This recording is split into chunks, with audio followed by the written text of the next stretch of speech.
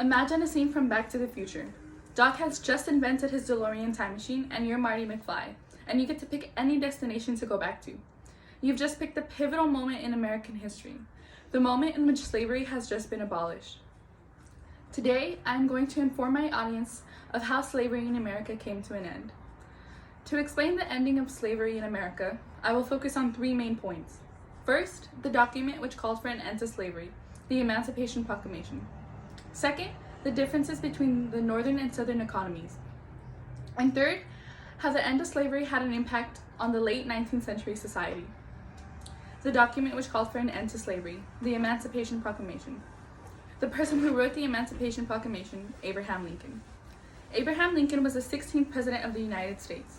He was previously a lawyer and a Senate, and he served 4 consecutive terms in the Illinois State Legislature, according to HistoryHit.com's May 2019 article, 10 Facts About Abraham Lincoln. Sarah Pruth, a writer/editor for History.com, states in her September 2012 article, 5 Things You May Not Know About Abraham Lincoln, Slavery and Emancipation, the 16th U.S. President was firm in believing slavery was morally wrong, but his views on racial equality were sometimes more complicated. Although Abraham Lincoln did not know how to help slaves, his morals told him it needed to be done, so he wrote the Emancipation Proclamation. Now, let's discuss the impact it had on slaves. The Emancipation Proclamation freed slaves.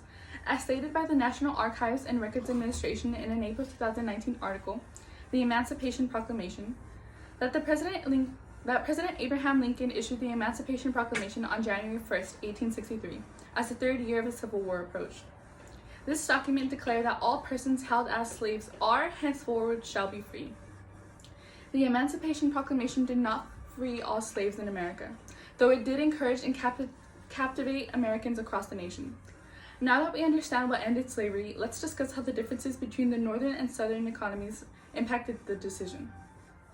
The differences between the northern and southern economies.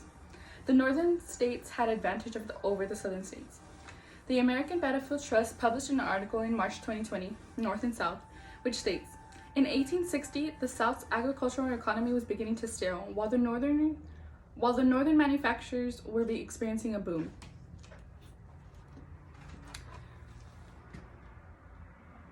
In this statistic provided by the American Battlefield Trust, we can see that the North had a clear advantage over the South in all aspects, except for large farming. This was due to the fact that farms required slave labor, which was illegal in the North. This visual aid helps us understand how and in which areas the North had an advantage over the South. Although the North had an advantage over the South, slavery boosted the Confederate Army beyond reach. The Southern economy was thriving due to the profit work provided by slaves.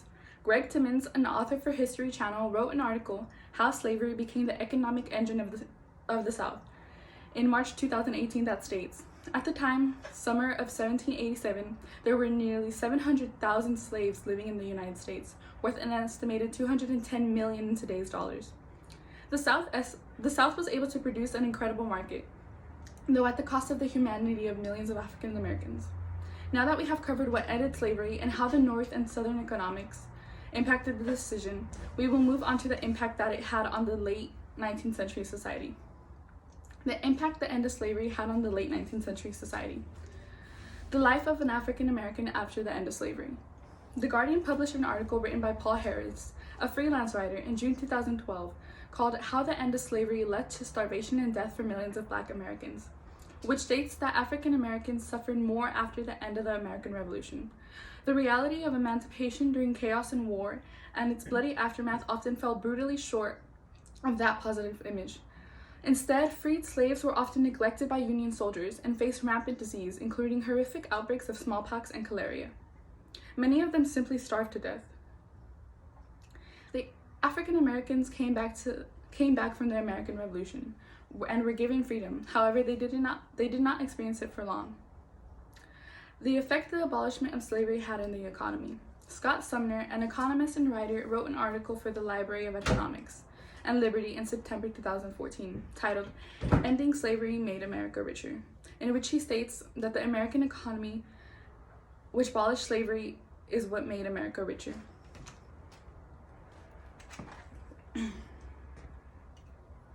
In the same article, Sumner also states, at first glance, it doesn't look like there was much change in the capital stock between 1850 and 1888. But that's very deceptive. The actual capital state rose by over 100 of GDP, an industrial revolution. This visual aid shows us how the U.S. economy bettered after the ending of slavery, although at first glance wouldn't appear to seem so. The American economy was bettered after the ending of slavery. In conclusion, slavery was an injustice experienced by millions of African Americans. The Emancipation Proclamation is what led to the freedom of slaves in the United States, and it was the differences between the northern and southern economies which influenced the decision to end slavery.